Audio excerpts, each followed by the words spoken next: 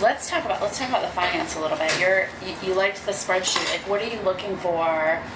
Well, the numbers added up, but what's more important was the research behind the numbers.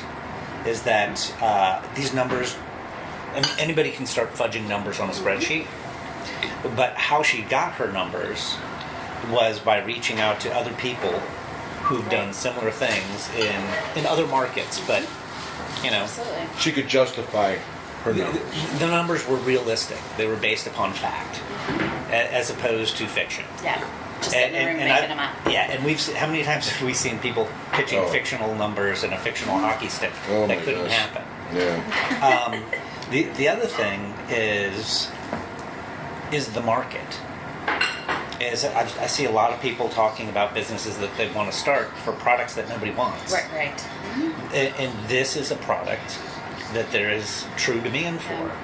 Okay, and she sourced out the demand. Right. She,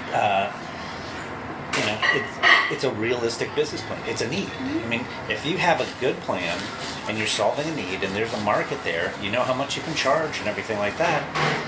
That's a recipe for success. Right. You could have your numbers right? Like, you could reach out and you've got the Right. numbers look great, but if there's not a demand in the market, that Doesn't doesn't matter. It doesn't matter. Right. The best idea in the world. Think about how many ideas don't ever come to fruition. I'd say 99.9% of them. And it's Day in the life of. Okay, right. Right. Sure. And that's because, not because it's a bad idea or this, it could be the right person's not driving it, or it could be the market, like Matt said. Timing is everything. Everything. I think it comes down to the 5 P's. What are the 5? Tell us the 5 Product, Ps. placement, promotion. I can't remember all of them, but it's price. Yeah, so that's an obvious one. But if the things don't line up, then I was talking to somebody about tablets were actually introduced to the market long before, and they didn't succeed because it wasn't the right time. Right. Wi-Fi wasn't readily available. The app situation hadn't really been developed. I mean, you could probably fact check me on this, but about the time that iPads came out, it was kind of ripe for the. Yeah. But that's just an example Into of the market. things being introduced to a market that wasn't ready for it. Right. And as a person coming to them, to investors, I also wanted to make sure, is my hunch correct? Right. Or am I just Right. selfishly wanting a cycle studio, Well, it's great when the two things merge. Yes. When it's something that you're passionate about and want for yourself, and there's a market demand. I hear a lot of advice out there is if you want it, other people want it too, and that's not always true. Amen.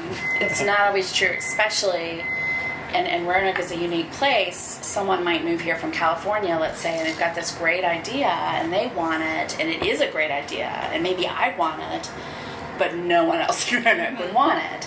Right. So it comes down to that. But you had been here a little while and kind of knew and were watching and felt like, why isn't this here, and why do I keep hearing about it? And yeah. that's cool. Well, the ultimate goal would be for us.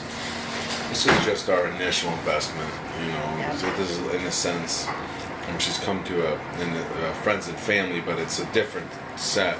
The ultimate goal is for us to take it to our investment group a couple years from now, because we're going to open up 4 new studios. Right. And here are the real numbers. We've got a couple years behind us. Right. That's the ultimate goal here. And Roanoke absolutely has investment money.